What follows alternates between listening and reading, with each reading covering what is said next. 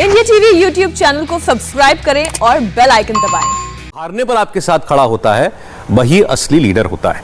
आज नरेंद्र मोदी ने जो बातें 2 मिनट 50 सेकंड में कही, उसने देश की हर बेटी का दिल जीत लिया। अब से थोड़ी देर पहले हॉकी टीम की कप्तान रानी रामपाल ने सीधे टोक्यो से मैसेज भेजा। बताया कि आज इंडियन टीम ने पूरी जान लगा दी, लेकिन मेडल से चूक गई। टीम का हर खिलाड़ी दुखी है, निराश है, लेकिन किसी ने हार नहीं मानी है। हॉकी टीम की हर खिलाड़ी ने पूरे देश को संदेश भेजा कि नई एनर्जी के साथ वो एक बार फिर देश का दिल जीतेंगी।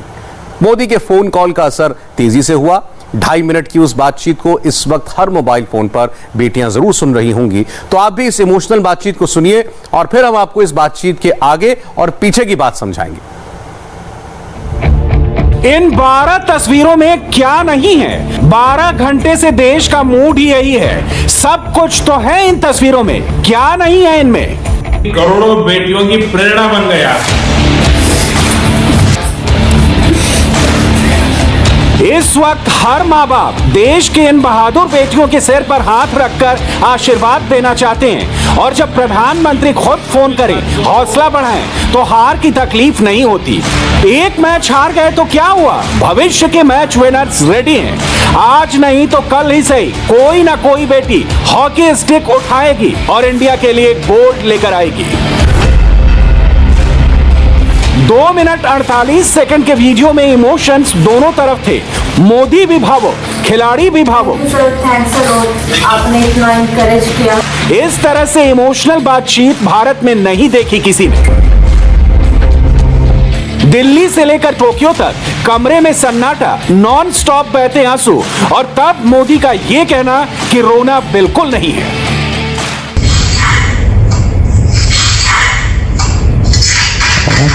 Sir thank you so much. आप लोग रोना बंद कीजिए। मेरे तक आवाज आ रही है।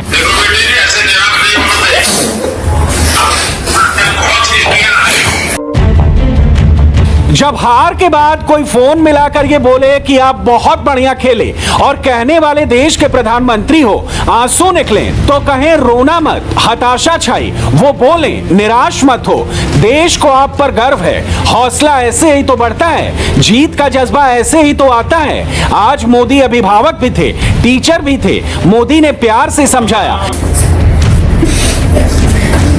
रोते चेहरों को भरोसा दिलाया, हर छोटी छोटी बात पकड़ी। नवनीत को चोट कैसे लगी, सलीमा और वंदना ने कैसा परफॉर्म किया, फोन पर सब बताया। इसलिए आप बहुत गौर से 2 मिनट 48 सेकंड की ये पूरी बातचीत सुनिए, फिर हम आगे की बात करेंगे। नमस्कार सर। हाँ जी नमस्कार सर। नमस्ते। देखिए आप सब लोग बहुत बढ़िया खेले हैं। आपने इतना पसीना बहाया पिछले 5-6 साल से, सब कुछ छोड़ छाड़ करके आप इसी में एक साधना कर रहे थे। आपका पसीना बदल नहीं ला सका, लेकिन आपका पसीना आज देश की करोड़ों बेटियों की प्रेरणा बन गया है। और मैं टीम के सभी साथियों को और आपके कोच को सबको बधाई देता हूं। Thank you sir, thanks a lot. आपने इतना एनकरेज किया हमारी टीम को, तो थैंक यू सो मच। और निराश बिल्कुल नहीं होना है। अच्छा, मैं देख रहा था नवनीत की आंख पर कुछ चोट आई है। हाँ जी, कल उसको चोट आई थी, उसको 4 स्टिचेस लगे हैं। तो अरे बाप रे, मैं देख रहा था उसको काफी, अभी ठीक है, उसकी आंख को तो कोई तकलीफ नहीं हुई है ना?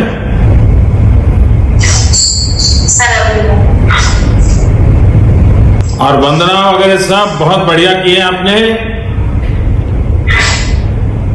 और सलीमा के तो सबको लगा है कि भाई सलीमा तो बहुत कमाल कर देती। हाँ, sir thank you so much. आप लोग रोना बंद कीजिए। मेरे तक आवाज आ रही है। देखिए, देश आज आपका पर गर्व कर रहा है। बिल्कुल निराश नहीं होना है। और कितने दशकों के बाद हॉकी भारत की पहचान फिर से एक बार पुनर्जीवित हो रही है, आपके लोगों की मेहनत से हो रही है।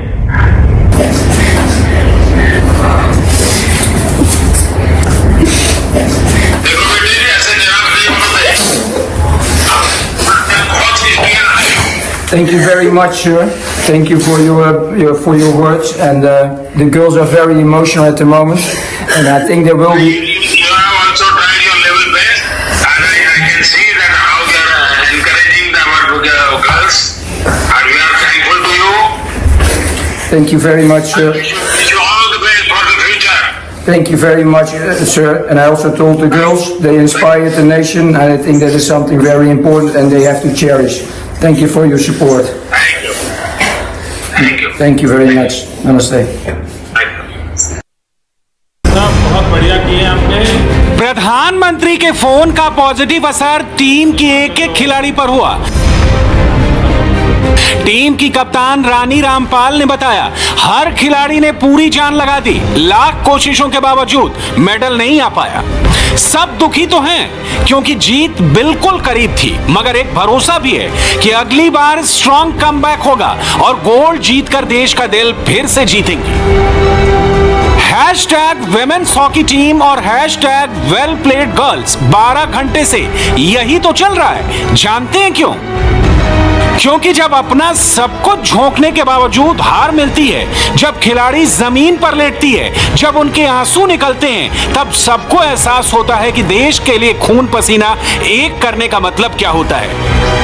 और ये शायद पहली बार हो रहा है कि हारने वाले की चर्चा जीतने वाले से ज्यादा हो रही है। ग्रेट ब्रिटेन से मैसेज आया, क्या शानदार खेल हुआ, क्या शानदार विरोधी थी। ओलंपियंस एंड एलीट एथलीट की कम्युनिटी ने कहा, एक्सीलेंस, फ्रेंडशिप, रिस्पेक्ट। मैच के बाद ब्रिटिश खिलाड़ियों ने खड़े होकर भारतीय खिलाड़ियों के सम्मान में क्लैप किया। नेहा गोयल जब जमीन पर बैठी तो ब्रिटेन की गोलकीपर ने आकर कहा, उठो, तुम तो विनर हो। सविता पुनिया जब फूट फूट कर रोई तो ब्रिटिश खिलाड़ी ने उनके आंसू पोंछे। रानी रामपाल, नवनीत और निशा जब अकेले पड़ी तो पीछे से उन्हें विरोधी टीम की खिलाड़ी ने संभाला। और जब टीम की कप्तान रानी रामपाल के आंसू निकले तो उनका हाथ भी उन्हीं की ओपोनेंट ने आकर पकड़ा। एक लाइन में कहें तो टोक्यो में मैच हुआ, लेकिन हिंदुस्तान की बेटियों के लिए लंदन तक तालियां बजी। ये एक इमोशनल दिन था। झारखंड के छोटे से गांव से लेकर दूर दराज के इलाकों तक आंसू तो सबके निकले, मगर एक चीज कॉमन थी, और वो ये कि हार के बावजूद प्रधानमंत्री मोदी की ही तरह देश के हर माँ बाप, भाई बहन को अपने देश की खिलाड़ियों पर गर्व था। हमारी बहन ने हमारे पापा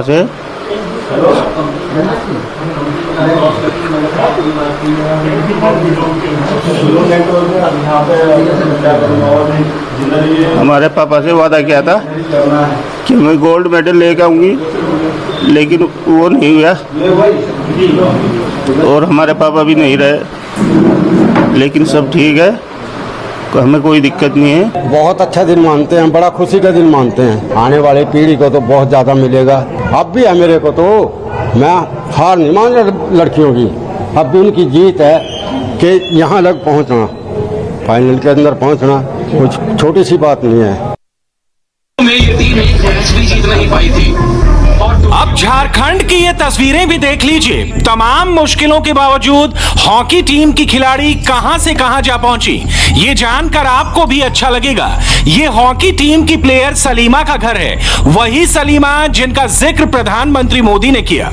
मोदी ने फोन पर नाम लेकर बताया सलीमा ने कैसे परफॉर्म किया, एक बार फिर सुनिए।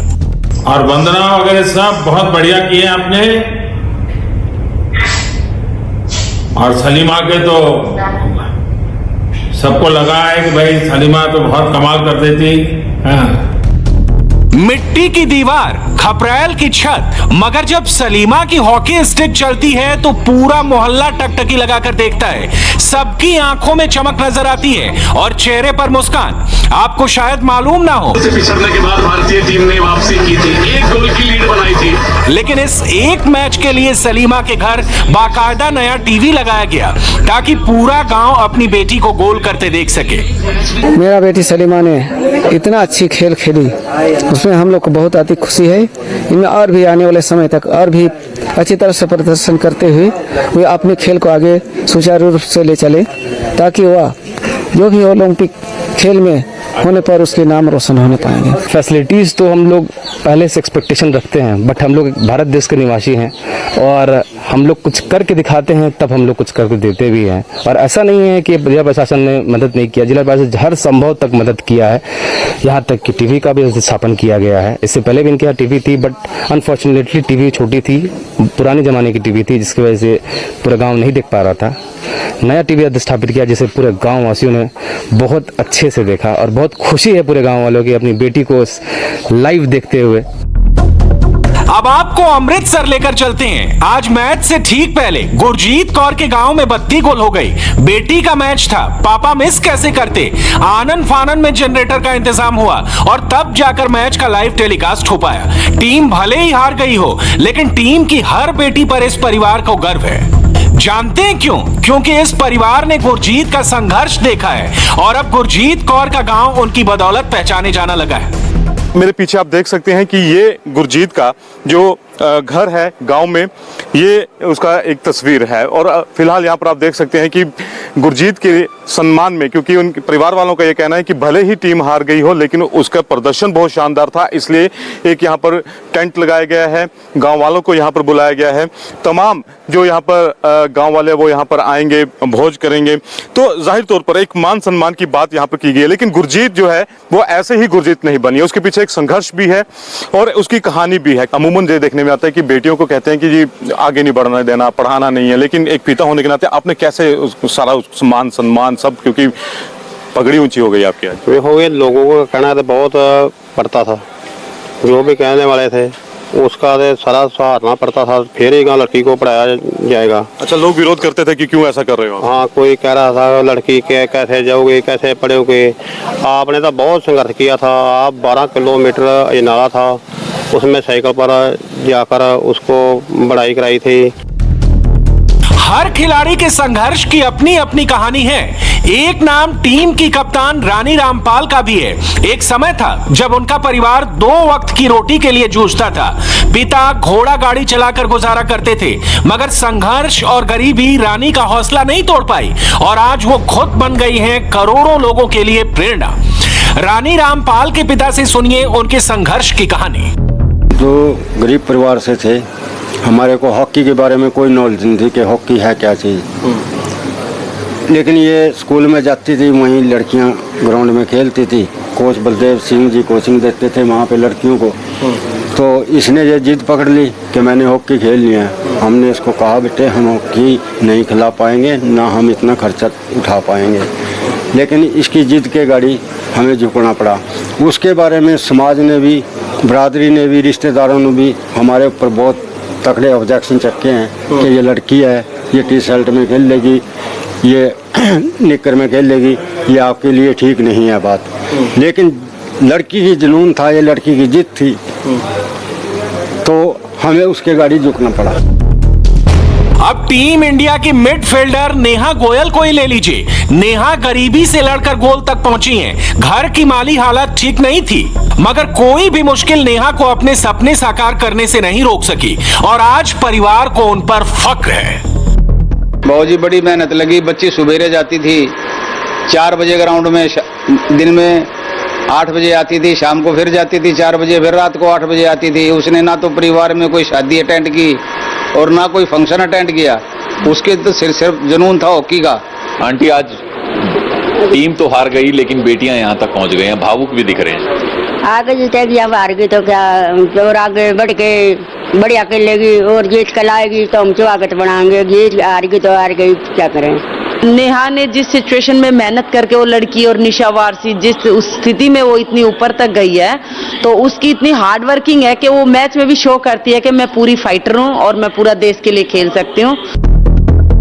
आप किसी भी खिलाड़ी का नाम ले लीजिए, सबकी कहानी एक दूसरे से मिलती जुलती है। प्रधानमंत्री को एक एक खिलाड़ी की संघर्ष गाथा मालूम है, उनकी कैपेबिलिटी का अंदाजा है। इसलिए हार के बावजूद मोदी को देश की बहादुर बेटियों पर पूरा भरोसा है। मेडल आज नहीं आया तो क्या हुआ, अगली बार की तैयारी इस बार से ज्यादा तगड़ी होगी और अगले ओलंपिक्स में मेडल का रंग भी गोल्डन होगा। नमस्ते, मैं हूं मीनाक्षी जोशी। वीडियो और खबरों से अपडेट रहने के लिए India TV YouTube channel subscribe करें, बेल आइकन दबाना ना भूलें। जुड़े रहें इंडिया टीवी के साथ।